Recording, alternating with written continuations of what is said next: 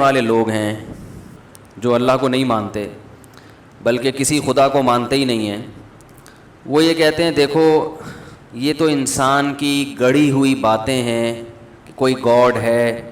انسان کو جب کسی چیز کی لاجک سمجھ میں نہیں آتی تھی تو وہ کس کے کھاتے میں ڈال دیتا تھا؟ خدا کے۔ تو جیسے بہت سارے جھوٹے معبود بہت ساری قوموں نے بنائے تو عربوں نے بھی ایک بنا لیا اور اس کا نام رکھ لیا اللہ۔ تو انہوں نے یہ دعویٰ کیا کہ جیسے وہ جھوٹے خدا غلط تھے تو عربوں نے بھی ایک خدا بنایا اور اس کا نام رکھ دیا اللہ، تو یہ بھی کیا ہے؟ معاذ اللہ غلط ہے۔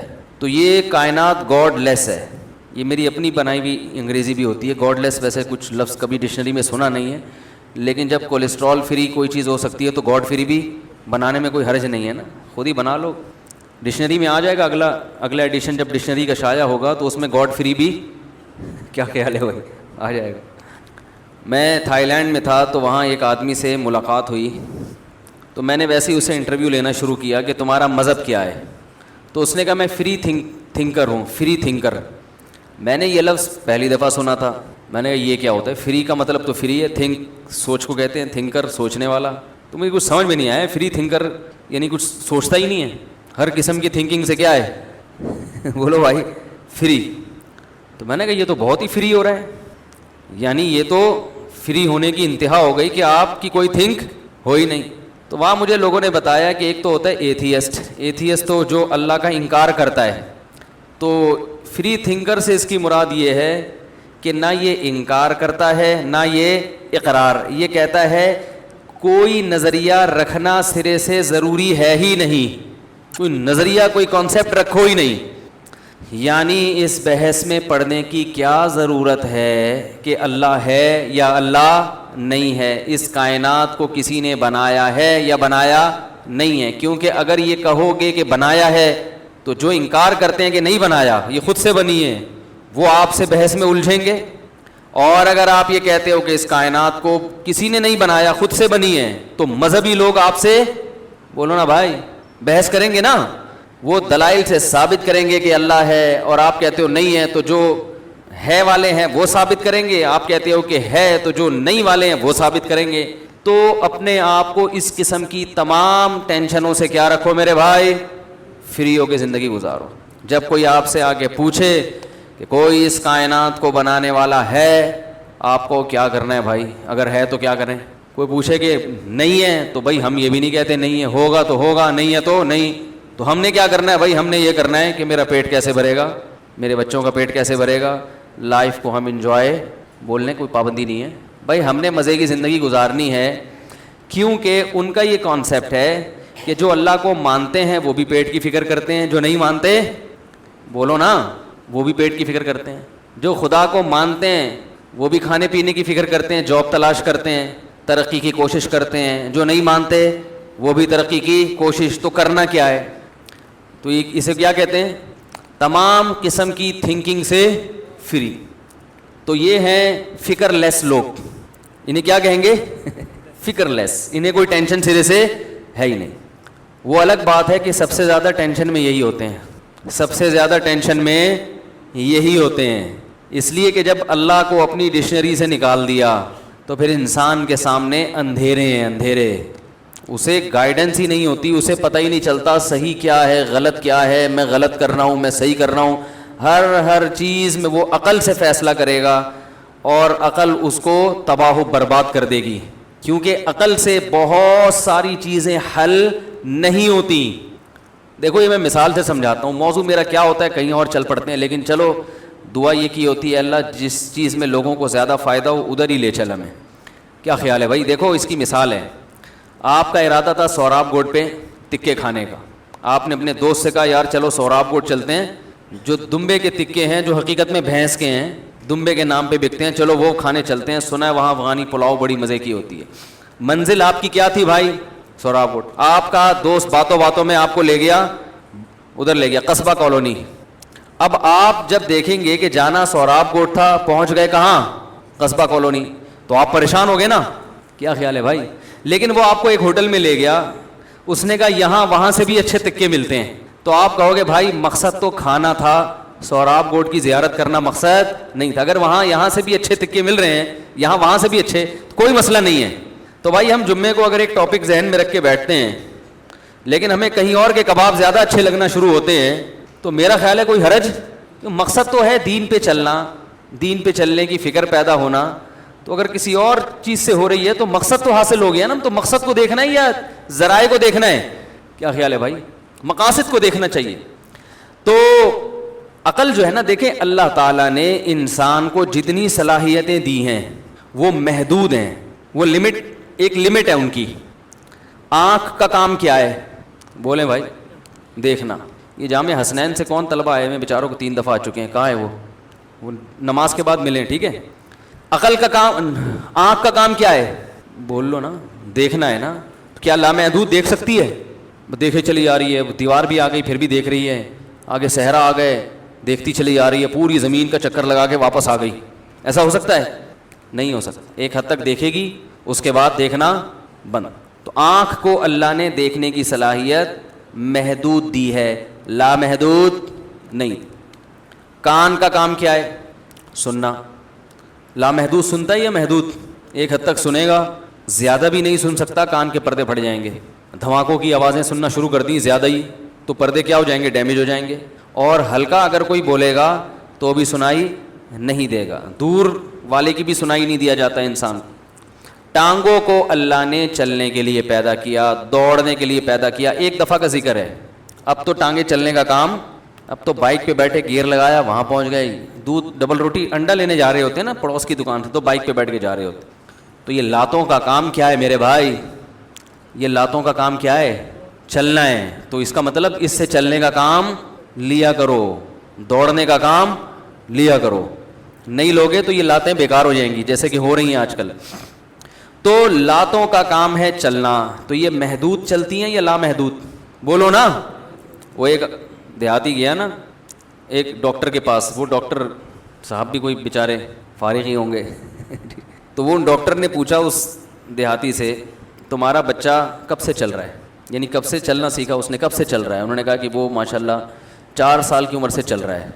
اس نے کہا بھائی اس کو روکو, ابھی تو 15 سال کا ہو گیا, پتہ نہیں کہاں نکل گیا ہوگا بھائی 4 سال سے جو چل رہا ہے تو اب تو 15 سال کا ہو گیا, پتہ نہیں کہاں نکل گیا ہوگا.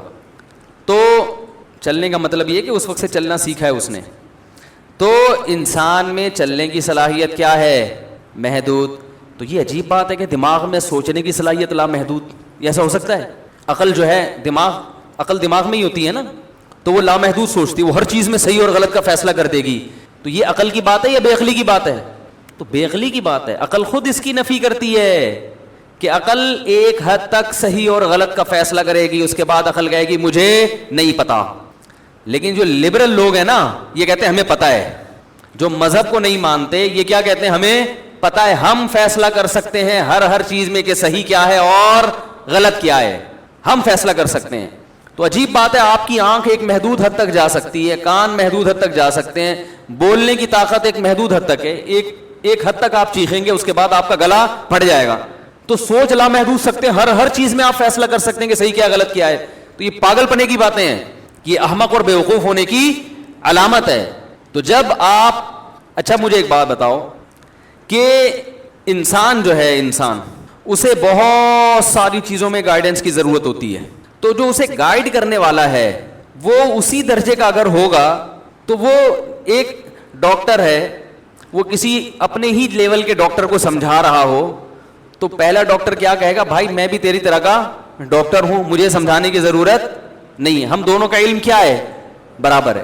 تو ایک جونیئر ڈاکٹر ہمیشہ سنے گا اپنے سے سینئر کی. تو انسان کی جو عقل ہے اسے گائیڈنس کی ضرورت ہے. اگر وہ گائیڈنس عقل ہی کرے گی دوسرے آدمی کی تو وہ بھی تو آدمی ہے نا آپ کی طرح کا. تو انسان کو گائیڈنس کی ضرورت ہے, اپنے سے اوپر کی کوئی ذات ہو جو لامحدود سوچتی ہو, جو آپ سے زیادہ پاورفل ہو, وہ بتائے گا آپ کو کہ صحیح کیا ہے, اور وہ ایسی چیزوں کے بارے میں بتائے گا جہاں تک آپ کی عقل نہیں جا سکتی. تو یہ جو اللہ کا تصور نہ رکھنے والے لوگ ہیں یہ ساری زندگی بھٹکتے رہتے ہیں, صحیح کیا ہے غلط کیا ہے, وہ بھٹکتے ان کی زندگی تباہ ہو جاتی ہے. یہ فیصلہ ہی نہیں کر پاتے. ان کو یہی نہیں پتا چلتا کہ چوری اچھی چیز ہے کہ بری چیز ہے. جن ممالک میں چوری کو برا سمجھا جاتا ہے نا، اس لیے نہیں کہ ان کی عقل نے بتایا، اس لیے کہ ان کے حکمرانوں نے قانون بنا کے نافذ کر دیا کہ یار یہ چوری کو الاؤ کریں گے تو سب کی جیبیں کٹیں گی.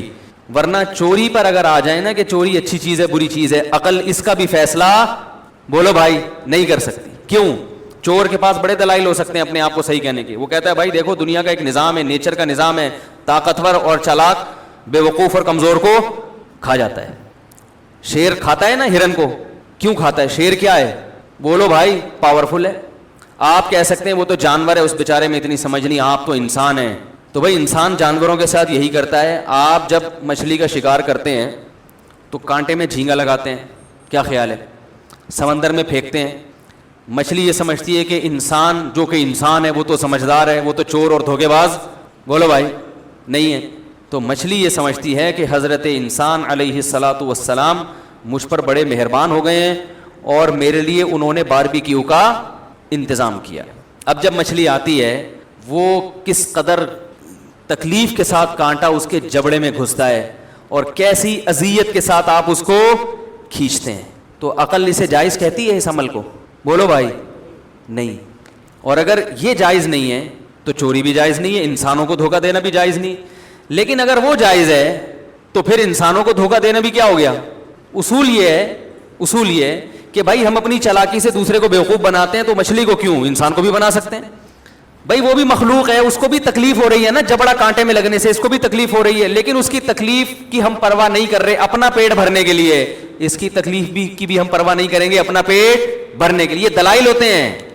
لیکن لبرل لوگ یہ دلائل دے کے چوری کو حلال اس لیے نہیں کرتے کہ حکومت کی طرف سے چوری پر پابندی، کیونکہ حکومت اپنا مفاد دیکھتی ہے. وہ کہتی ہے اگر اس کی اجازت دے دیں ایک بڑا فساد پھیل جائے گا اور یہ سارا نظام الٹا پلٹا ہو جائے گا، ہم حکومت تمیز سے کر نہیں سکیں گے.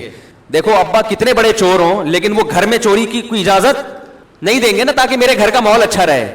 اس لیے نہیں کہ چوری کو برا سمجھتے ہیں. اگر چوری کو برا سمجھتے تو گھر سے باہر سارا دن چوریاں کیوں کرتے؟ وہ اس لیے کہ میرے گھر کا ماحول خراب نہ ہو، دوسرے چاہے ایسی کی تیسی ہو جائے. جتنے بڑے بڑے طاقتور ممالک ہیں ان سے بڑے چور ممالک دنیا میں کہیں نہیں ملیں گے آپ کو. یہ تو چوری کو باقاعدہ ایک حلال کا سرٹیفکیٹ لگا کے اس پہ حلال کے ٹپے لگا کے پوری دنیا کے وسائل، دنیا کی قوموں پہ قبضہ کر کے ان کے وسائل چوری کر رہے ہیں. اپنے ملکوں میں چوری پر پابندی ہے. بات نہیں سمجھ میں آ رہی ہے سمجھ میں؟ اس لیے کہ ان کا خیال ہے کہ چوری کی اجازت دے دی تو ہمارے کنٹری کا ماحول کیا ہو جائے گا؟ خراب. ورنہ چوری کے عقل سے اگر آپ فیصلہ شروع کر دو کہ چوری اچھا کام ہے برا کام ہے، خدا کی قسم قیامت آ جائے گی. آپ یہ فیصلہ نہیں کر سکتے اگر مذہب کو درمیان سے نکال دیں. آپ یوٹیوب پہ ایک ویڈیو دیکھیں جا کے ضرور کہ یہ جو آج ممالک جو بڑے فنڈر بنے پھرتے ہیں، بڑی تہذیب کا دنیا کو درس دے رہے ہیں، جنگی قیدیوں کے ساتھ ماضی میں انہوں نے کیا سلوک کیے ہیں. بات آ رہی ہے سمجھ میں؟ جاپان کا سرچ کریں کہ جاپان نے جو آج بڑی زبردست دوائیں ایجاد کی ہوئی ان کے ڈاکٹروں نے، ان کی بڑی ریسرچ ہے، یہ کن لوگوں پہ تجربہ کر کے ایجاد کی ہیں. ان میں آپ کو ایسے جنگی قیدی ملیں گے جن کے ساتھ جانوروں بلکہ کتوں سے بدتر سلوک کیا گیا ہے. ان کو اپنے تجربوں کی بھیٹ چڑھایا گیا کہ کوئی میڈیسن ہم ایجاد کر رہے ہیں تو پہلے اس مریض پہ تجربہ کر کے دیکھتے ہیں، حالانکہ ان کو پتا ہے اس کے سائیڈ افیکٹ بہت ہیں، اس کی ایسی کی تیسی ہو جائے گی، لیکن انہوں نے اس کی پرواہ نہیں کی. جائے بھاڑ میں، دوا تو ایجاد ہو جائے گی، ملک تو ترقی کرے گا. آپ یوٹیوب پہ سرچ کریں تو بڑی بڑی قوموں نے اپنی قومی مفاد کے لیے دوسری قوموں کو بھیٹ چڑھایا ہے. اور دلیل یہی دی ہے کہ جیسے انسان جانوروں کا استحصال کرتا ہے اپنے فائدے کے لیے، تو ہم اپنی قوم کا اچھا سوچیں گے چاہے دوسرے کی قوم کا بیڑا غرق کیوں نہ ہو رہا ہو. اس پہ یہ اچھائی کا لیبل لگا دیا. بھائی سمجھ میں آ رہی ہے بات کہ نہیں آ رہی ہے؟ یوٹیوب پہ آپ سرچ کریں آپ کو ایسی ویڈیوز مل جائیں گی. یہ تجربے کیے گئے کہ انسان کتنے گھنٹے نہ سوئے تو اس کی باڈی پہ کیا اثر پڑتا ہے. ڈاکٹروں کی تو ریسرچ ہوتی ہے نا تاکہ ہم ایک انسانیت کی فلاح و بہبود کا ذریعہ بنے. تو یہ ریسرچ کس پہ کی گئی؟ جنگی قیدیوں کو سونے نہیں دیا گیا. اب جن قیدیوں کو سونے نہیں دیا گیا کئی ایک ہفتے 4 5 دن وہ سر اپنا دیواروں سے مارتے تھے، پاگل ہونے لگے تھے. یہ ظلم ہے یا نہیں ہے؟ لیکن یہ ظلم ان ترقی یافتہ قوموں نے بولو بھائی کیا ہے. اور اب بھی ہو سکتا ہے ہو رہا ہو، ہمیں نہ پتا ہو. ہر چیز یوٹیوب پہ تھوڑی آتی ہے، ہر چیز سامنے تھوڑی آئے گی. ان چیزوں سے کون روکتا ہے آپ کو؟ بولو بھائی مذہب روکے گا. وہ آپ کو اس کی اجازت وہ ریسرچ کے نام پہ کسی انسان کے ساتھ ایسا بدترین سلوک کرنا، اس کی اجازت بولو بھائی یار، بول زور سے بولنے میں نہیں دے گا اجازت. تو مذہب رکاوٹ ڈالتا ہے ان چیزوں میں، اللہ رکاوٹ ڈالتا ہے. انسان اللہ کی سنتا ہے، اس کے علاوہ کسی کی نہیں سنتا. یا تو اللہ کی سنے گا یا عقل کی سنے گا. تو عقل تو یہ کروا رہی ہے انسان سے جو کچھ ہو رہا ہے. عقل نے تو کل کسی کا فون آیا، انہوں نے منع کیا سختی سے کہ کوئی بھی ذرا سا بھی میرا ریفرنس نہ ہو، میں مسئلہ نہ ہو جائے میرے لیے، کہ کس قسم کی بے حیائی کو غیر مسلم ممالک کے اسکولوں میں پروموٹ کیا جا رہا ہے. 4 5 سال کے بچوں کو گے میرج کے بارے میں تعلیم دی جا رہی ہے. ان کے ذہن میں یہ ڈالا جا رہا ہے کہ یہ برا کام بولو بھائی نہیں ہے. لوگ اپنے بچوں کو اسکول بھیجتے ہیں کہ ہمارا بچہ کہیں اس برائی میں نہ آ جائے، اس کو پہلے سے سکھا کے بھیجتے ہیں کہ بیٹا دیکھو کسی سے دوستی نہ لگانا، کسی بڑے عمر کے آدمی سے دوستی نہ لگانا، ایسا نہ ہو تمہیں خراب کر دے. بڑی نگرانی کرتے ہیں. اور باقاعدہ اسکولوں میں ہی اگر اس کی تعلیم دی جانے لگے، یعنی یہ بتایا جا رہا ہے کہ 2 پاپا ہونا غلط بولو. اگر تمہاری 2 امیاں ہیں اور ایک امی کو ابا فرض کر لو تو یہ غلط. او بھائی شرم سے ڈوب مرنے کا مقام ہے یا نہیں ہے؟ کیسی بے عقلی کی بات ہے یار. خدا کا بنایا ہوا نظام ہے، بچے کی ایک اماں ہوتی ہے ایک ابا ہوتا ہے. 2 میل میں ایک کو اماں قرار دے دیا ایک کو. اس سے زیادہ بے شرمی کا کوئی کام ہوگا؟ لیکن اس کو پروموٹ کرنے والی دنیا کی ذہین ترین قومیں ہیں. کیوں پروموٹ کر رہی ہیں؟ سارے فیصلے کس سے کر رہے ہیں؟ کیا ہو گیا بھائی؟ بولنے کی اللہ نے زبان میں طاقت رکھی ہے نا، تو محدود طاقت تو ہے نا کم از کم. ٹھیک ہے لا محدود نہیں ہے لیکن محدود تو ہے. اتنی تو ہے کہ آپ یہاں سے بولیں اور میرے کان میں سنائی دے. تو بولنے میں کوئی اچھا مجھے خوشی محسوس ہوتی ہے، بس یہ سوچ کے بول لیا کریں. میں کوئی پیسے تو لے نہیں رہا آپ سے بیان کے. تو ایک جگہ میں پنجاب میں گیا بیان کرنے کے لیے، میں نے کہا بولے، وہ ایک دم سارے بولنے لگے. میں نے کہا آپ یہ ہوتا ہے دیسی گھی، یہ ہوتا ہے لسی، ٹھیک ہے نا. تو چائے جو ہے نا، چائے یہ بلواتی نہیں ہے انسان سے، یہ تو کیلشیم کو ختم کرتی ہے باڈی کا. تو وہ میں چائے والا لطیفہ دوبارہ نہیں سناؤں گا، بہت دفعہ سنا چکا ہوں. چائے اور لسی والا جو ٹرین میں جا رہے تھے نا، سنا دوں؟ وہ نئے لوگ بھی آ جاتے ہیں نا، جو کئی دفعہ جنہوں نے سنا وہ بور ہو جائیں گے. وہ ایک پنجاب والا اور ایک کراچی والا ٹرین میں سفر کر رہے تھے، آمنے سامنے بیٹھے تھے. تو کراچی والے سے سامان ہی نہیں اٹھ رہا تھا، تو وہ پنجاب والا ایک سے کر کے اٹھاتا اور برتھ پہ رکھ کے اور کہنے لگا اس کراچی والے کو لسی پیا کرو لسی. بیچارہ شرمندہ ہو گیا. پھر کچھ اٹھانا تھا، وہ کراچی والے سے اٹھ ہی نہیں رہا، پنجاب والے نے اٹھا کے ایسے کر کے رکھا. پھر بولا لسی پیا کرو لسی. اب یہ اور ٹھٹھرتا جا رہا ہے نا ٹینشن سے. 3 4 جب اس طرح کے تانے ملے نا تو اس نے کہا بہت ہو گئی. اب کیا استعمال کرنا ہے؟ جب آپ کے جسم میں طاقت نہ ہو تو پھر آپ دماغ استعمال کر کے سامنے والے کو زیر کرتے ہو. اس کو شرارت سوجی. اس نے کراچی والے نے کوئی سامان اٹھا کے نا لٹکانے کی کوشش کی، وہ جو زنجیر نہیں جس پہ لٹکاؤ تو وہ کھنچ جاتی ہے، ٹرین رک جاتی. وہ سمجھا نہیں کہ میرے ساتھ کیا شرارت ہو رہی ہے. اس نے اٹھا کے کراچی والے کی مدد کی اور اس پہ لٹکا دی اور ٹرین رک گئی. اور لٹکا کے کہتا ہے لسی پیا کرو لسی. گارڈ آیا، پوچھا بھائی یہ کس نے ٹرین روکی ہے بلا وجہ؟ انہوں نے کہا جی اس نے روکی ہے جو لسی پیتا ہے صبح شام. کوئی دیہات کا آدمی تھا، پنجاب والے بیوقوف نہیں ہوتے. تو اب وہ اس نے بولا جرمانہ نکال، 500 روپے جرمانہ دیا. تو کراچی والا اسے کہتا ہے چائے پیا کرو چائے. کیا کیا کرو؟ کبھی چائے بھی پی لیا کرو. ہر کام لسی سے نہیں ہوتا. تو یہ جو ہمارے کراچی کے لوگ ہیں، چائے پی پی کے گٹکے کھا کھا کے کیا ہوتے جا رہے ہیں؟ غائب ہوتے جا رہے ہیں، باریک سے باریک ہوتے جا رہے ہیں. پنجاب میں جاؤ، لوگوں کی صحتیں اور کھاتے ماشاءاللہ ٹائٹ ہیں، ایسا لگتا ہے ان کی باڈی کو. اور یہاں حالات آ کے دیکھو کراچی میں، ایسے باریک باریک سے باتیں ماشاءاللہ بڑی زبردست. صحتیں کیا ہوتی جا رہی ہیں؟ ختم ہوتی جا رہی ہیں. تو یہ گٹکے، پان، سگریٹ اس کے اثرات ہیں. تو اس لیے بھائی لسی پیا کرو لسی، ٹھیک ہے نا. سب کچھ ادھر سے نہیں ہوتا، کچھ جسم میں بھی ہونا چاہیے. تو خیر کیا بات چل رہی تھی یار؟ میں یہ عرض کر رہا تھا کہ دیکھو دنیا کی ذہین ترین قومیں کس رخ پہ اپنی قوموں کو لے کر جا رہی ہیں. نیچر کے خلاف بغاوت ہو رہی ہے، فطرت کے خلاف لڑائی ہو رہی ہے. تو اگر انسان اپنی عقل سے ہی ہر فیصلہ کروانا شروع کر دے تو اس کی عقل ٹھوکریں کھلائے گی، اس برباد ہو جائے گا، تباہ ہو جائے گا. یہ بات یہاں کہاں سے آئی تھی؟ اس سے پہلے ایک مثال دے رہا تھا میں. نہیں ایک اور بس نہیں، یہ تو چلے جی نہیں، تعلیم کی بات تو چلے بھائی. وہ آپ ملیں ذرا، بکری کے بارے میں آپ سے بات کرنی ہے. میں بھول جاتا ہوں، بندے ہی پھر شارٹ ہو جاتے ہیں، پورے ہفتے بعد نظر آئیں گے. بکری کی ٹانگ توڑ دی ہے کسی نے یار. کسی صاحب کو موٹر سائیکل چلانا نہیں آتی تھی، انہوں نے ہماری بکری پہ ہی تجربہ کیا آگے. تو اس کی ٹانگ ٹوٹی ہوئی ہے. جانوروں کے ڈاکٹر ماہر نہیں ہوتے, وہ آ کے کہہ رہے ہیں موچ آئی ہوئی ہے, ہر ڈاکٹر اپنا تجربہ کر رہا ہے, ٹیکے لگا لگا کے جا رہا ہے, ابھی پتہ چلا کہ اس کی تو ٹانگ ٹوٹی ہوئی ہے. تو وہ آپ بکریوں کے ماہر ہیں تو ذرا اس کو لے کے جانا ہے. تو یہ گریبیاں چلتی ہیں درمیان میں, یہ مجبوری ہے. تو میرے بھائی, اللہ رب العزت نے جو آسمان سے قانون اتارا وہ اسی لیے اتارا ہے کہ آپ کی عقل اس سے آگے نہیں جا سکتی, تو اس سے آگے آپ کو گائیڈنس کی ضرورت ہوگی. اور وہ گائیڈنس کہاں سے ملے گی؟ اللہ کی طرف سے. تو جو اللہ کو مانتے ہی نہیں ہیں, یا وہ ماننے کے لیے بحث کرنے کے لیے تیار ہی نہیں ہے, سوچنے کے لیے تیار ہی نہیں ہے, تو وہ پھر یہی کہتے ہیں کہ بھائی ہمیں, ہاں میں یہ بتا رہا تھا کہ یہ دنیا میں جو چوری ہے نا, چوری, آپ عقل کے ذریعے یہ بھی فیصلہ نہیں کر سکتے کہ چوری اچھی چیز ہے یا بری چیز ہے, یہ نہیں کر سکتے. چور کے پاس درجنوں دلائل ہوں گے, شرابی کے پاس اس شراب کی اجازت کے درجنوں دلائل ہوتے ہیں, درجنوں دلائل ہوتے ہیں. وہ کہتا ہے بھائی ریلیکس ہوتا ہے انسان, سکون میں آتا ہے, ہم کسی کا دل نہیں دکھا رہے.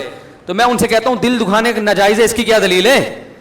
شیر دل دکھاتا ہے نا ہرن کا, کیا خیال ہے؟ آپ مچھلی کا دل دکھاتے ہو کہ نہیں دکھاتے جب اس کے کانٹا لگتا ہے؟ تو اگر کسی نے انسان کا, امریکہ دل دکھا رہا ہے نا عراق کا, ہے کیا خیال ہے؟ اور امریکہ کا عراق پر دعویٰ یہ تھا کہ عراق دل دکھا رہا ہے کس کا؟ صدام حسین دل دکھا رہا ہے ہمارا. تو وہ بھی دل دکھا رہا تھا, آپ نے بھی دل دکھایا, تو دل دکھانا تو سب کے لیے کیا ہو گیا؟ تو یہ جو قانون بنے ہیں نا, یہ چند قوموں کو, مخصوص قوموں کے مفاد کو سامنے رکھ کے بنائے جاتے ہیں, دوسری کسی قوم کو سامنے رکھ کے نہیں بنائے جاتے. آپ کہہ سکتے ہیں یونائٹڈ نیشن بنی ہے, وہ تو اس لیے بنی ہے کہ تمام اقوام کو سامنے رکھ کے قانون بنایا جائے. وہ بھی اس لیے بنی ہے کہ جنگ عظیم میں جب سب نے ایک دوسرے کو مل کے کوٹنا پیٹنا شروع کر دیا, تو سب نے بولا کہ یار اگر یونائٹڈ نیشن نہ بنی, کوئی اقوام متحدہ نہ بنی, تو ہم سب ایک دوسرے کو مارتے رہیں گے. تو سب نے اپنے مفاد کو سامنے رکھ کر کیا بنایا؟ اقوام متحدہ بنائی ہے. اس میں بھی ہر شخص کس کو دیکھ رہا تھا؟ اپنے پیٹ کو, اپنی قوم کو. تو آپ صحیح اور غلط کا قیامت تک فیصلہ کر ہی نہیں سکتے. آپ اللہ کی قسم ماں باپ کے حقوق کا فیصلہ نہیں کر سکتے کہ ماں باپ کا کتنا حق آپ کے اوپر ہے, کتنا نہیں ہے. میاں بیوی ایک دوسرے کے حقوق کا فیصلہ نہیں کر سکتے. والدین اولاد کا فیصلہ نہیں کر سکتے کہ اولاد کا ہم پر کتنا حق ہے, دوست کا دوست پر کتنا حق ہے, امیر کا غریب پر کتنا حق ہے, غریب کا امیر پر کتنا حق ہے. یہ جو حقوق کی بحث ہے جس سے پوری دنیا ایک نظام کے تحت چل رہی ہے, ان میں ایک حق بھی انسانی عقل خود سے فیصلہ نہیں کر سکتی. اگر کوئی فیصلہ کرے گا تو دوسرا اس پہ اعتراض کرے گا. تو اس کے لیے ضروری ہے کوئی ایسی ذات ہو جس کو سب مانتے ہوں کہ یہ ہم سے زیادہ ذہین ہے. وَمَنْ أَصْدَقُ مِنَ اللَّهِ قِيلًا, جو اس کائنات کو بنانے والا ہے اس سے زیادہ سچا کوئی نہیں ہو سکتا, اس سے زیادہ درست فیصلہ کرنے والا کوئی نہیں ہو سکتا. تو جو فری تھنکر ہے نا, وغیرہ کچھ سوچنا ہی نہیں ہے, تو سب سے زیادہ سوچتا وہی ہے.